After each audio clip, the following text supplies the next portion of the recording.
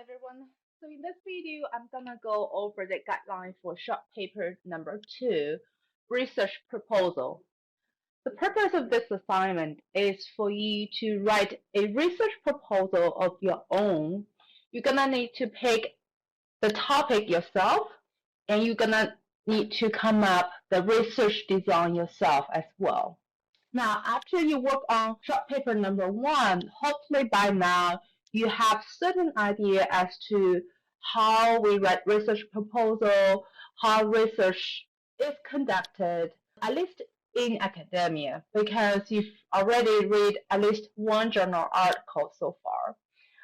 Now, this one is related to research conducted in business. It is slightly different, but the basics are the same. So when working on this assignment, you're going to need to assume that you work as a senior researcher for a company of your own choice. You choose the company that you want to work for. And then your main job is to conduct business research to solve issues or situations. Now, the issue or situation the company is facing could be a problem, such as declined revenue, or a potential opportunity, such as the introduction of a new product, or the company may consider exploring markets abroad. Now, the issue that the company is facing requires rigorous business research. It is not a problem that can be solved through simple thinking or group discussion. We require detailed business research, including collecting data and analyzing data to solve the problem. So that's the idea for this assignment. Now, when you listen to this video and work on this assignment, I'm gonna assume that you at least listen to the videos on chapters 1, 2, 4, 6, 8, and 13. In addition to that, I expect you to at least glance through chapters 9, 10, 15. So by now, you should have a pretty good knowledge and understanding about business research. You should know what business research is about, when this is used, why business research is required, and the general steps taken during business research procedure. So with that assumption and with that in mind, I'm going to ask you to write a research proposal. Now, the proposal itself is virtually a contract between you and the management, because in the proposal, you're going to lay out the steps that you're going to take to conduct the business research, the budget that request from the management, and the timeline that you're going to finish this business research.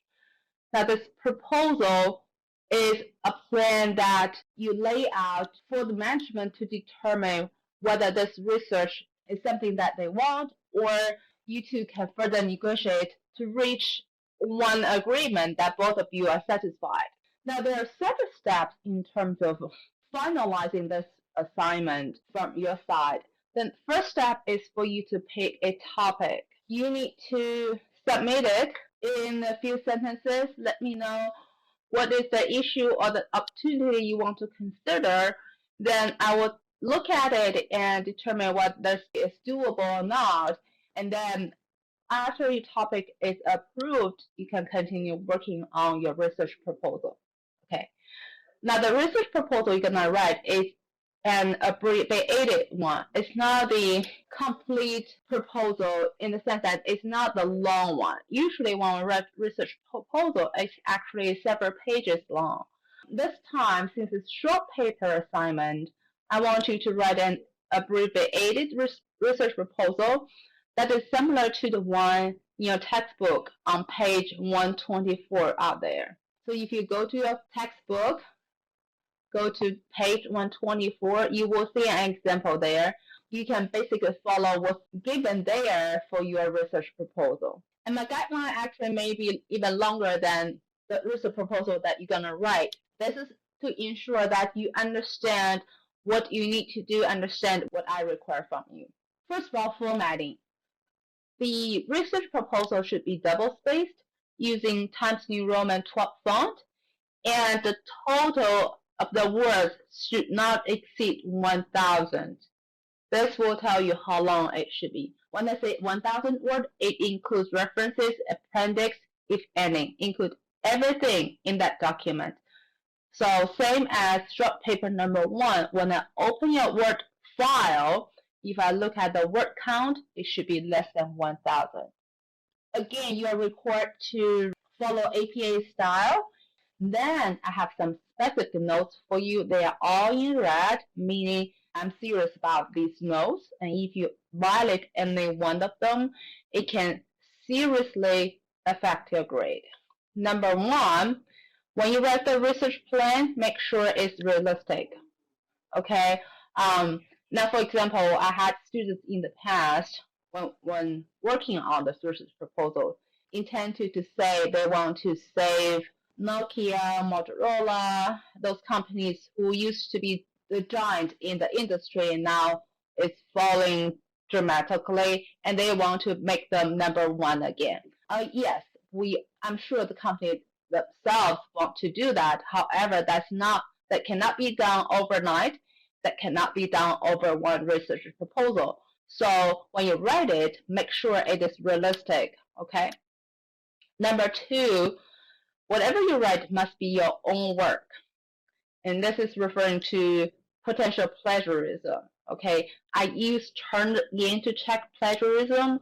If your work is similar to some of the online content, it is considered as plagiarism. I have a zero tolerance on plagiarism. If I find the issue to be serious, you can have a grade of 0 on the assignment, 0 for the course, or I can even report to the university, depending on the extent of the plagiarism. Whatever you put there, either you put in quotation mark, meaning this is copy and pasted from another source, or you use your own words. Number 3, I want you to write this short paper in third person. You need to start learning how to write papers without using I, my, us, etc. So it should be in third person. You don't want to start a sentence say, I believe, I think. Now, honestly, this research plan is not about what you believe or what you think. It's about what research to be conducted by you. And also, so if you find yourself tend to say, as mentioned previously, you are repeating yourself, then skip it. Don't repeat yourself. Next note is that when you write it, make sure you have a neutral tone, no emotionally charged wordings. If you say unfortunately, drastically, those words reflect your own feeling. It will also reflect your own personality or your own preference. That's not allowed in a research plan. When you write a research plan, we want you to stay neutral. You don't put your own feelings in writing this research plan. Actually, as I told my students before, when you write a research plan, it's almost like you are writing user manual. Think about it. When you read a user manual, you can't tell the feeling from the author who wrote it, right? You can't tell whether the person is sympathy or the person is happy or sad. Nothing. It's always neutral. It just tells you to do this, that, that, that. Then you have a table set up. Same here.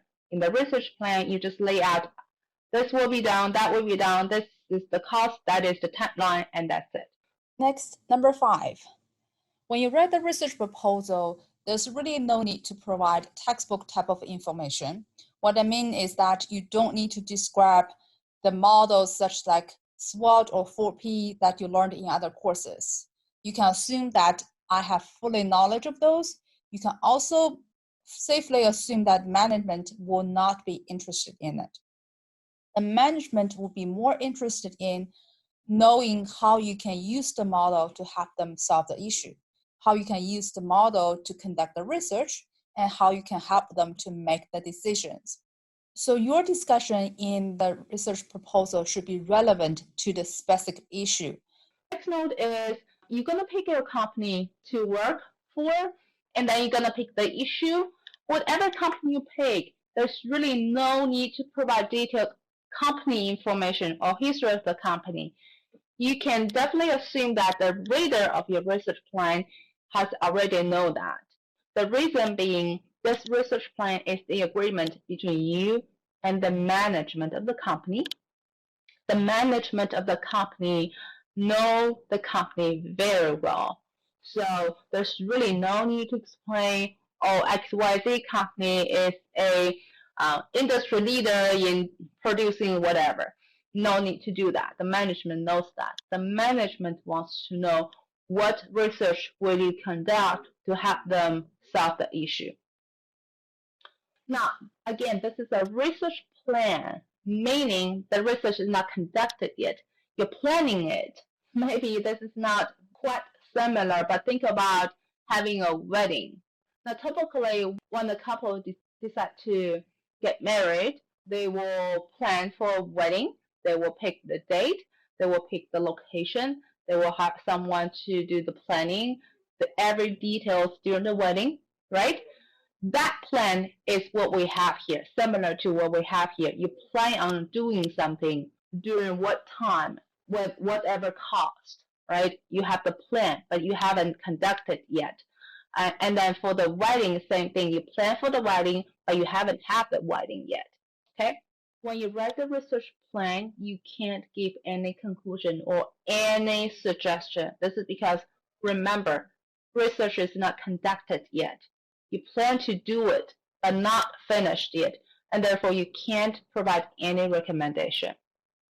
Lastly, this is serious stuff. I don't want you to include any picture, graphs, cartoon, figure. The only thing that is allowed other than text is maybe a table listing the cost and the timeline of your research plan.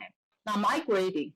So I will give formatting a small weight, okay? It does matter to me to the extent that you at least should follow APA style. It should look formal. It's not a random writing assignment where you have one page with a title and 4 paragraphs of text. That's not a research proposal. That's not how the layout of a research proposal should be. But then other than the formatting, my grading will be focusing on content and organization. To further help you to have an idea as to how this research plan should lay out, here I have the details. We're going to start with the cover page. This is similar to short paper 1 assignment. On the cover page, include the title of the research proposal, course number, course name, and your name. The first section is the background. In this section, you want to discuss the problem that you're going to address with the proposed research. You need to talk about the symptoms that led you to believe this problem needs to be addressed by business research. And notice that the background is for the problem. It is not for the company. I do not want you to discuss the company's background, like when the company is established, what service or products the company provides. Such type of information is to a certain extent common knowledge for the readers of your research proposal, and the readers of your research proposal are the executive team. So basically, using the proposed research, you are investigating a current issue. That means anything happened years ago is irrelevant. Now, for the background, also you need to include problem statement. A problem statement is basically describes the problem your research proposal will address. Now, make sure you're specific about the problem. Do not just say, well, this proposed research will investigate the problem. You want to say, for example, the problem is that it is not known the attitudes of the consumers about a specific product. If the issue or the problem you're trying to address is launching a new product. Now notice that when I say a problem or an issue, it doesn't necessarily mean it is something wrong. It just means it is something that you need to conduct business research to make the best decision. Now, the next section, you're going to do literature review. This is kind of new. in comparison to short paper 1. Now, in short paper 1, I didn't ask you to do literature review because the journal article paper you read already included literature review. So to get additional help, you may want to go back to the journal article you read for short paper 1 or some of the other journal articles you may find interesting. Look at how the author conducted the literature review.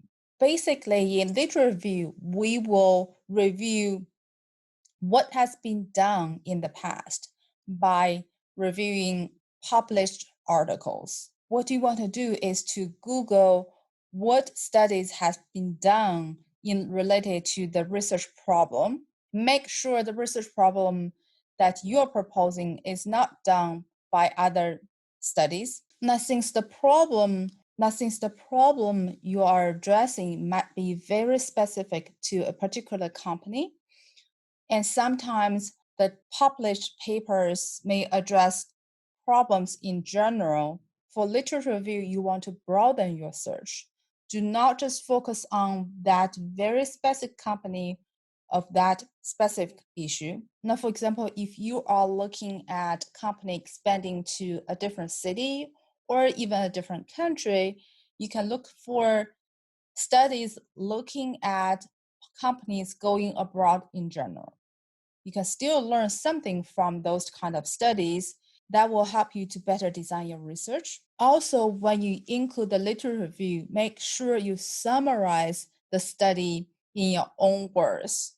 You do not want to just copy and paste anything from that journal article. For example, you can say, a study conducted by Woodstock and Brown 2006 determined that dog owners are extremely appreciative of the loyalty displayed by canines. Other studies concluded similar findings. Then at the end of your research proposal, make sure you include the studies you refer to in the reference list.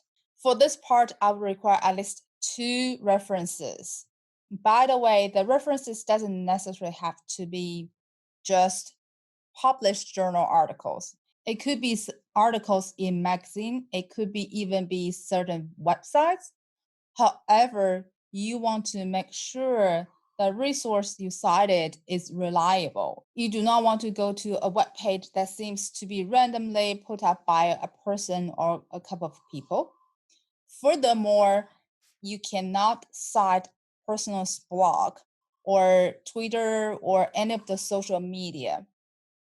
They are reflecting personal opinion. They do not reflect results from rigorous studies. Now, the next section is purpose of research. This will be another section. What is the purpose? What do you plan to achieve? Next section, research design and sample design. I want you to discuss how the study will be conducted. Where are you going to collect the data? Okay, what type of research are you going to conduct? Is it exploratory, descriptive, or causal research? Okay, and then most of the time you probably will collect data through surveys, and then you're going to need to tell me what is your target population, how will the sample be determined, how would you select the sample, what is the expected sample size. I want such details about data collection. However, one big difference from the textbook example, I do not want you to provide me with sample survey questions. No sample survey question. Okay, I want you to provide me the general research questions to indicate what results the management can expect after you conduct the personal research. Okay, so in other words, in this section, I want you to list the general research questions so that when the management look at your research plan, they know what they can expect from you. They know what answers they will get after you conduct the research. Then they will determine whether such answers are sufficient for them to make a decision or not. Okay, so that's a big difference from the sample you have in the textbook. And then the next session will be budget and time schedule. I want you to come up with a budget and a time schedule. The textbook didn't provide any specific budget or timeline. you're required to do so. I will require you to provide itemized costs, including supply, the salary for anyone that you need to hire externally, the salary for yourself, etc. So I want itemized costs. I also want detailed timeline for each step of the research process. How long does it take for you to design the survey? How long does it take for you to handle the survey, collect the data? How long does it take to analyze the data and get the results? So I want the timeline for each step. Now, I understand that you may not have a good idea about budget and time schedule. How could I know how much it takes to purchase the supply? Well, here you can definitely just make up some numbers. Make up some reasonable numbers. As long as you don't tell me that it cost $5 million, I'll take it. Okay. For the research plan that you're gonna write, the cost shouldn't be more than $1 million. If it's $1 million, it shouldn't be 1,000 word research plan you're writing. It has to be probably 10 or even more pages of plan that could cost $1 million. Timeline, similarly, don't tell me it will take 2 years for you to finish this proposed research. If it takes 2 years, then by the end, when we get the result, it will be too late because the market is changing every day. So most likely it will be just a couple of months for the research plan that you're going to write.